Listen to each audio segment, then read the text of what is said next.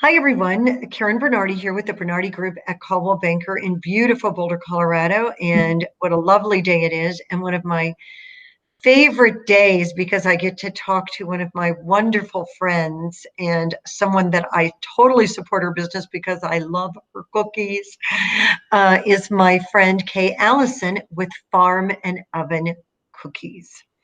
And are they actually called cookies, Kay? They're called mini muffins, but they're Mini somewhere muffins. between a muffin and a cookie. They really are. And they give you that, the muffin top kind of crunchy little part there. So Yeah. good. I mean, I eat them a lot. I order them by the case, the I box. know you do. I see what people do. Yeah, no, I do. It's fabulous. So one of the reasons that I decided to start doing this homegrown, promotion, if you will, of my friends and local businesses is because obviously we're at home now. And many people have lost their employment, or one of the couple has lost their employment. So I'm trying to give some people hope as to how to start a homegrown business. And what a better time to do it than when we're homebound to home grow something. So, Kay, first of all, tell me a little bit about your business and the farm and oven mini muffin. So I make these little packs of mini muffins. There are 3 in a pack, and each pack gives you half a cup of veggies, right? So you can eat 3 of these little cookie muffins and get veggies. And That's great. So then the 6 that I ate last night, I no, ate yeah, 3 you're packages perfect. last night. Oh, it's just nothing. Yeah, good, good. So the idea came about because I have been a mom and a working woman my entire adult life. And as part of that, I came to realize very quickly that one of the things that I completely don't have control over is what my children eat. And it's been true since I was breastfeeding, right? Like you can't make a kid eat. And I have one in particular of my 3 who is so anti green vegetables that when she was a toddler, she wouldn't even eat green candy. Oh my gosh. And so I found myself, juicing spinach and hiding it in milkshakes, or cooking and pureeing butternut squash and hiding it in marinara sauce. It was so exhausting. As I said, I've been a career woman my entire life.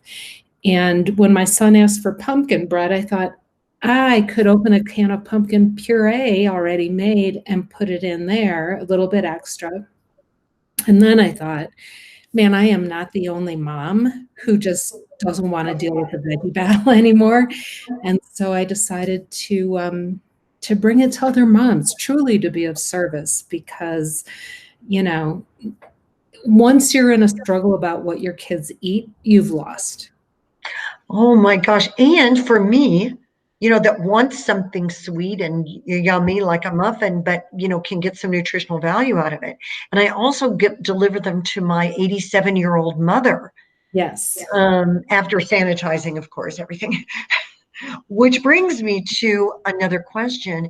What are you doing during this time to keep your consumers safe? Oh, to keep our consumers safe. Well, a good proportion of our business is e-commerce, so Amazon and then our own website. Those sales are up significantly. I will tell you, our retail sales are soft, but we have our own bakery, and so we ship things directly to the people that order them right from our bakery. And so our workers, are taking the safety precautions you would expect and want, right? So we're sanitizing every surface even more than we were before. I mean, we're a food company. They're wearing masks. They always wear hair nets and face nets, and keeping a 6-foot distance. So They kind of look like they're going into surgery, don't they? I mean, at your place, it's amazing. yeah, it really is. And then what happens to it once it's in the mail, kind of out of our control. Mhm. What I do is when I get them from your company, I Yes. bring them in and I let them sit for 72 hours, I think you it's know, really because smart. I mean, yeah, typically we will have packed the shipping boxes right. 3 days to 7 days before they go into the mail. And so I think you can also just wipe them down, the outside of the cardboard down with a Clorox wipe, And pour you're them fine. out, throw the box away. I mean, there are a lot of different ways to handle it. Well, they are delicious, and many times if I do wipe it down if I don't have my batch that I because I have to eat at least 2 or 3 packages a day. So we'll go back to your business, and why did you so you told us why you started it. How long ago did you start the business? We launched December of 2017. So we started about 2.5 years ago. And you've been a big success. That is so great. Yeah. And you started it in your home. I mean, you do really not have an outside office, do you? Now I'm standing in my home office right now. You can see it's a print I got when I adopted my daughter in China. And yeah, this is it. So people can start these businesses at home. Yeah, No, for sure. no, not an issue at all. And so how are you distributing your cookies at this point? How did you start distributing your muff cookies? Well, what's great about being an entrepreneur right now is um, it's so much easier to start selling things on the web than it's ever been. So we launched on our website. And what that meant was we subscribed to Shopify. We hired somebody to help us get it, set up, listed our products, and we had to connect it to something called ShipStation, which is just takes the orders and turns them into shipping labels. Boom, we were kind of ready to roll. Is that great? Yeah. Now, so were you in your kitchen baking these cookies? I mean, how did all this come around? Um, Being a home baker and baking commercially are pretty different things. Of course, because of FDA and food safety standards and that kind of stuff, you really aren't allowed to sell anything that you make in your own kitchen. So we started by it was like a timeshare commercial kitchen, if you will. And the only shift we could get was 6 p.m. till midnight. So I would be at the kitchen in Thornton till 2 in the morning, like moving boxes and wiping floors. And yeah, man, truly, truly blood, sweat, and tears. Oh, well, as your friend, I know how hard you worked, but it's paid off in 2.5 years to have a very thriving, profitable business out of your home. Yeah. Pretty commendable. I mean, people dream of this. Um, so how have you seen the COVID-19 affect your business at this point? People have to eat. Mm, This is not, I mean, we're an essential business. So, yes.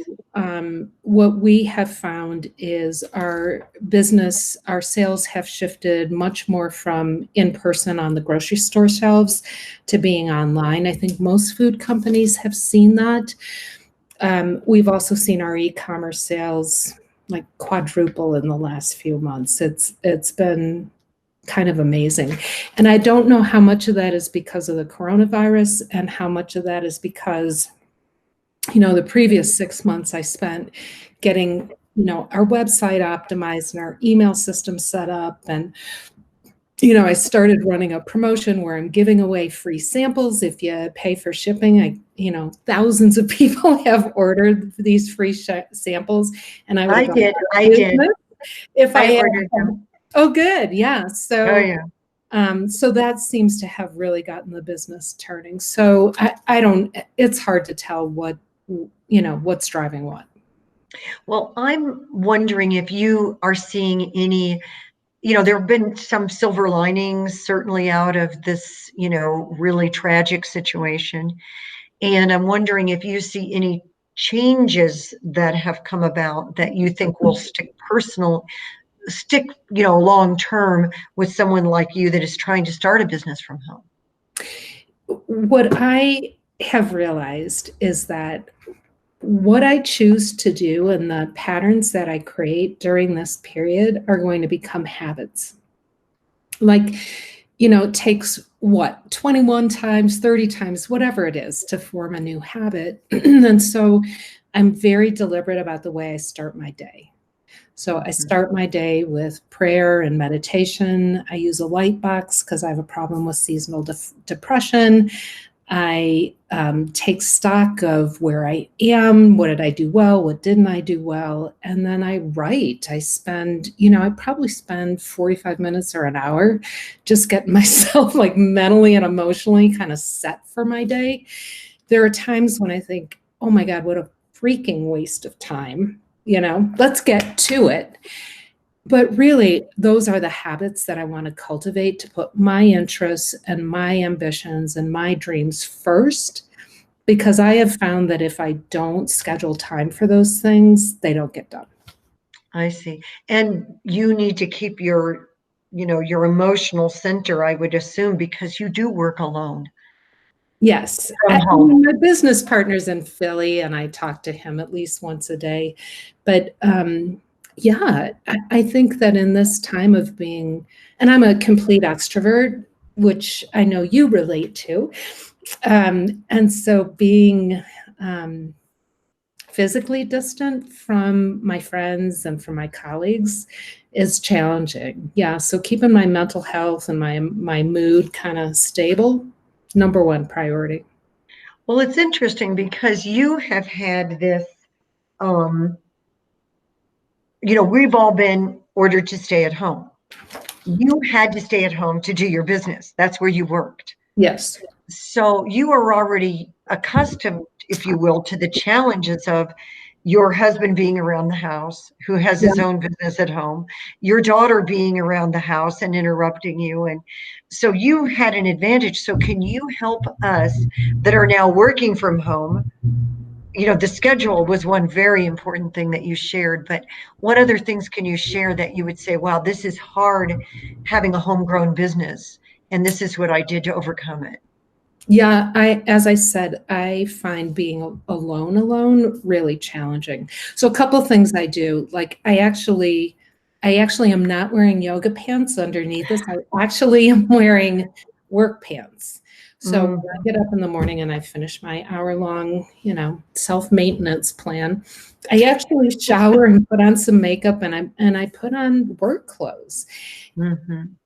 It just helps me delineate.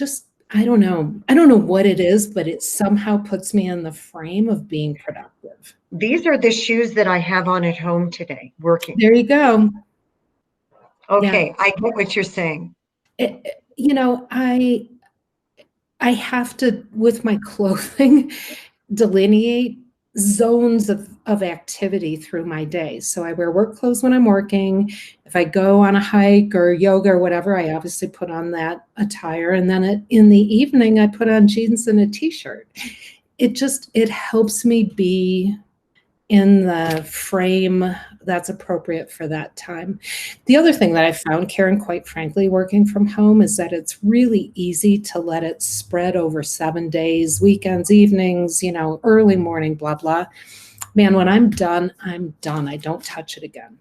I don't I do check my online sales over the weekend, but I don't do anything else.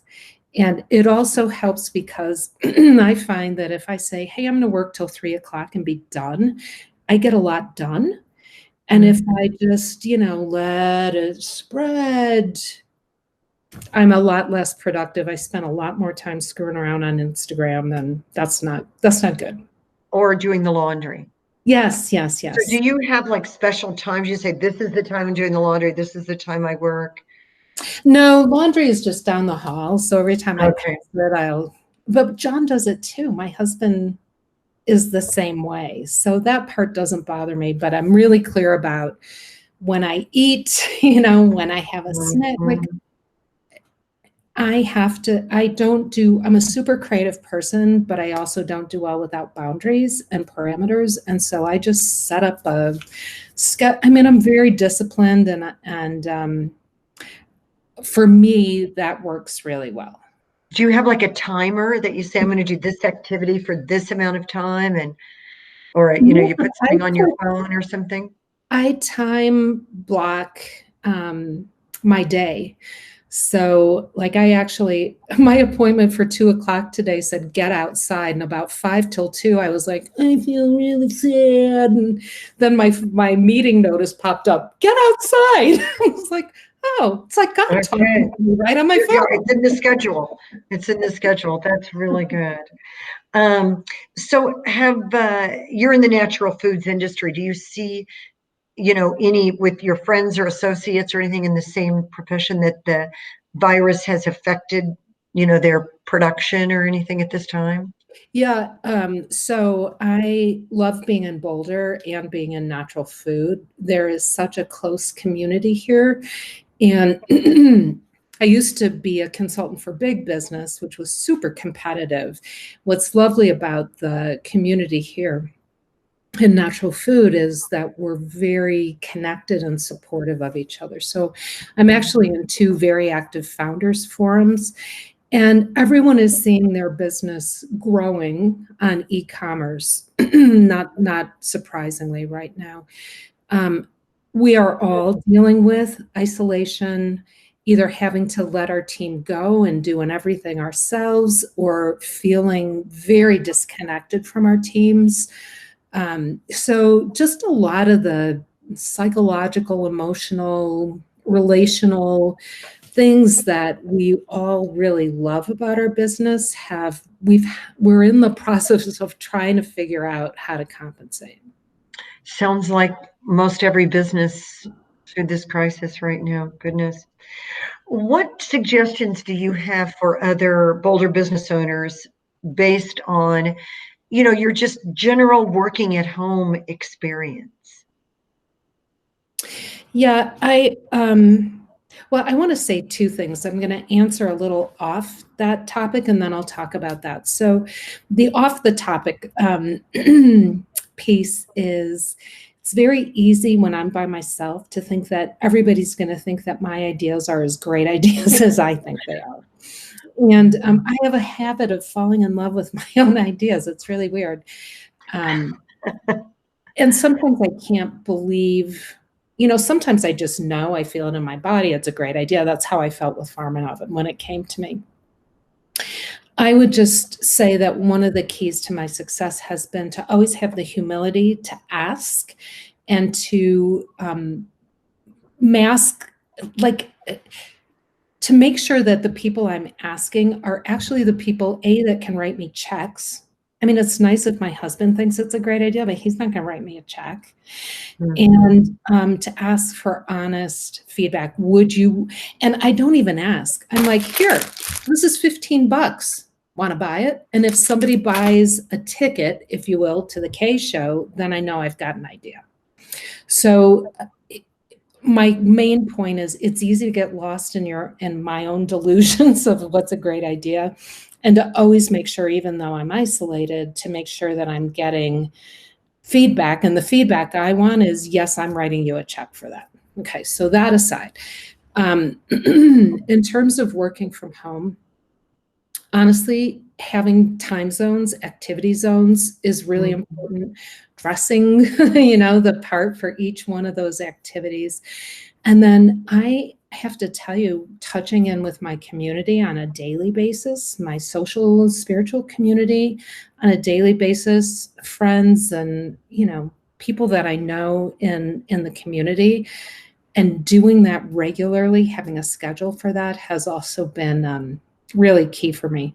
Yeah, schedules and discipline. Yes. Oh, good. Well, it's the reality, right? Now, another question that I have is, let's say, here you've just gotten laid off from your job and you're thinking, or your husband did, or wife, or whatever, and you're thinking, okay, this is it. We want to home grow a business. We don't want to take this risk again if someone else, we want our future in our hands. So you don't have a lot of money. So how do we balance this? It's really hard. It depends on what kind of business you want to have. First of all, I agree with that sentiment. The whole reason I became an entrepreneur was I was working for a huge global company, and I looked at the management team, all the C-level people, and I thought, A, I don't like them. B, I don't trust them. Mhm. I was a single Yeah. mom with 2 kids. I was like, I'm not hitching my wagon to them. I would rather bet on myself. So I wholeheartedly agree with that orientation. Creating a product like this is super expensive, and the cash flow sucks because you don't get paid until 90 days after Sprouts sells it. So it's a terrible model if you don't have money to get started. Mhm. My consulting business that I had before this, I started with nothing out of my house. So I am kind of a serial home grower. Okay, good, good. Well, that's who we And want to so talk to. Yeah. we all have things that we're experts in. One thing that I did was I sent a letter to close friends, colleagues, and my mom, and I asked them what they valued about our relationship and what they counted on me for, what kinds of issues they came to me for help with. And then I took all of those and I looked at the common themes and I actually packaged what I did around those themes. And so, as a way to get started, it's a great way to get some feedback from people who are attracted to you and want to be around you, um, to understand what your own value is. Me sitting by myself, I can just tell you 15,000 ways I'm not enough. But if I ask for outside feedback, like as mirrors, I start getting a little bit more confidence about what I actually offer in the world. Well, so what you're suggesting, I'm hearing, is that people go to people they love and care about and say, "Hey, what are my special talents? What could I do? Do I, make great sweaters? Am I a good consultant? What could I be a good coach? Could I make paintings? What could I do?" Yes, and even yes, that. And what I got was, hey, I count on you for your smile and for your sparkle. Or I count on you, you can walk into a situation and you're such a fast read, you know what's going on. And then I was able to take those qualities and say, I mean, my first company was called Energy Infuser. Like, that's what I do. I infuse energy into stuff. Mhm. Right. Well, you certainly do. What is your favorite cookie? Is that unfair to ask? Yeah, I am in love with these. These are chocolate chip zucchini, and they taste like chocolate chip cookies. They're super soft, I and think oh my God, I just love these. I love them, and I love the zucchini poppy seed, but I do also like the pumpkin. I love the pumpkin as well. Just love them. And Yeah. sometimes I put carob chips on them and melt it in the microwave. It's Oh, just yum. ridiculous. And then I put ice cream on it. So these are incredible things. Um, Anything else? I mean, I cannot tell you what an inspiration you are to me. When I sent Kay the invitation to this, I said, I my interview with the amazing Kay Allison from Farm and Oven. It's so incredible how inspiring you are and how many, I hope I've sold a lot of your cookies. I remember one time early when you were doing this, it was probably 2.5 years ago, I ran into Kay at Target Mhm. and she was at a little counter, handing out samples. And there was a group there, and they got larger as I came through because I was like, "You've got to get these. These are the greatest things. They are so incredible." I Well, you just are an love. excellent salesperson. I Oh, if appreciate I your believe in the endorsement. product, you believe it. It's not a difficult sale. They are great Thank you. things.